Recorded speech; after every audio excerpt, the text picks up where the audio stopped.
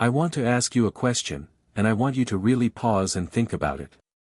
Have you ever walked away from something painful, a relationship, a job, a chapter of your life, and instead of feeling relieved, you felt empty? Restless. Maybe you even found yourself missing the pain. Or perhaps there are times when life is actually going well. Things are falling into place. But somehow, you can't enjoy it. You're constantly waiting for something bad to happen. As if peace itself doesn't feel real. If you've ever felt that way, it's not a coincidence. And there's nothing wrong with you. Today, I want to talk about something psychology calls comfortable suffering, the idea that sometimes our minds choose pain over happiness.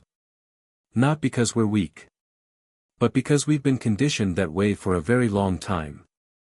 In psychology, there's a concept called negativity bias.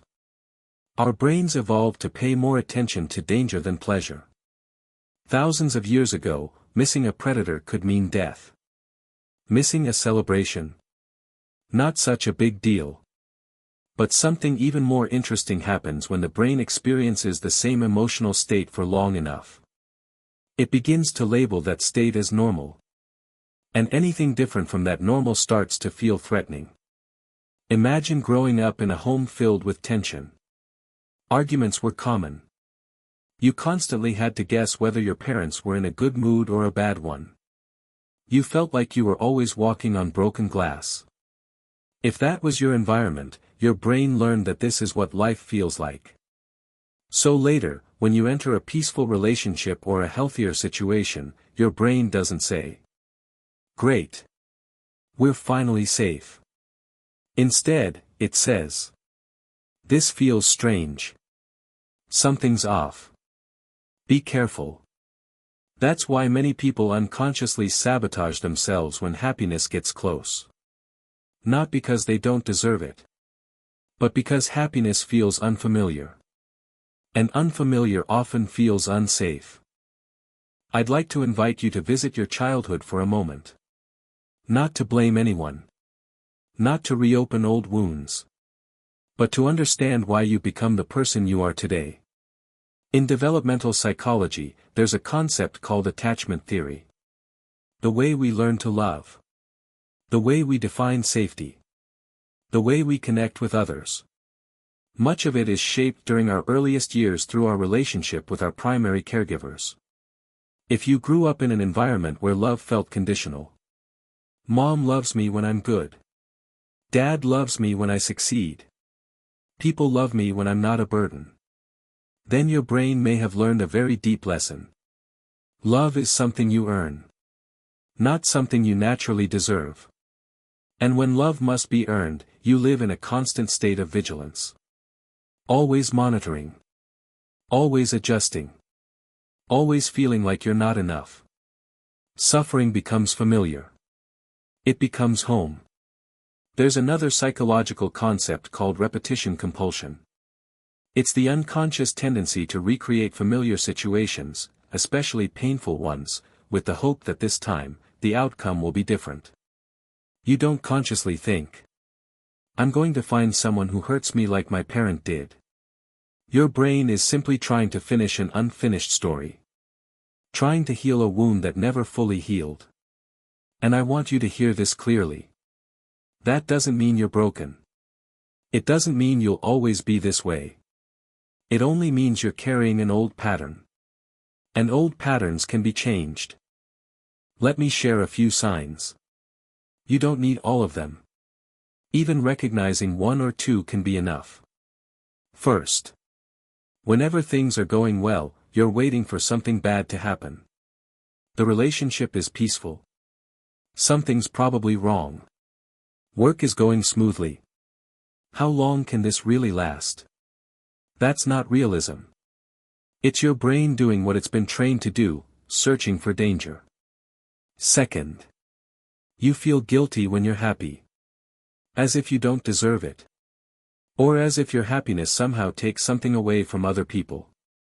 This often points to low self-worth formed early in life, when your needs were treated as less important than everyone else's.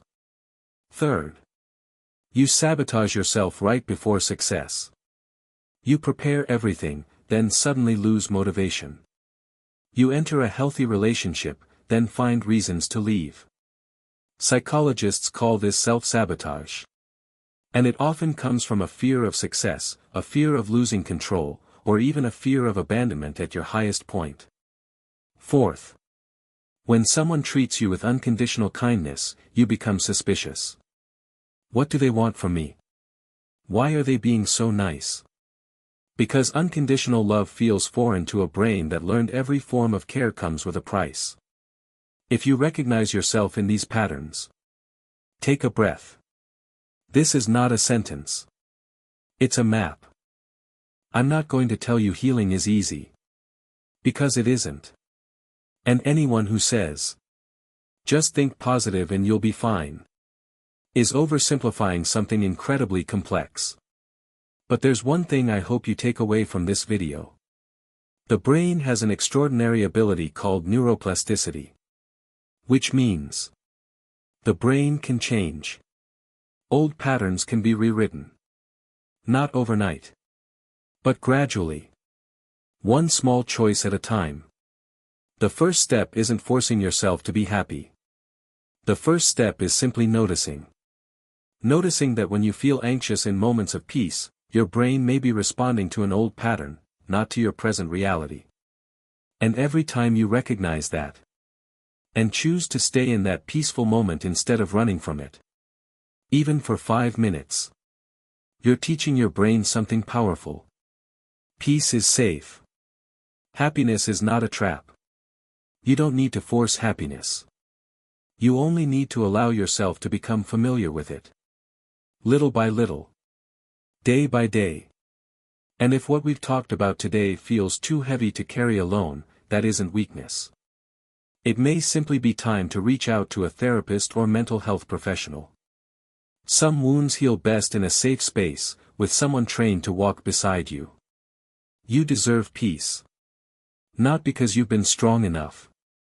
Not because you've been good enough. Not because you've become perfect. But because every human being deserves it. If this video resonated with you, save it. Not so you can watch it again immediately. Just keep it there. For the day you need it most. And if you'd like me to explore topics like trauma bonding, self-sabotage, or rebuilding self-worth, leave that topic in the comments below. I read every single one. I'll see you in the next video. Until then, be gentle with yourself.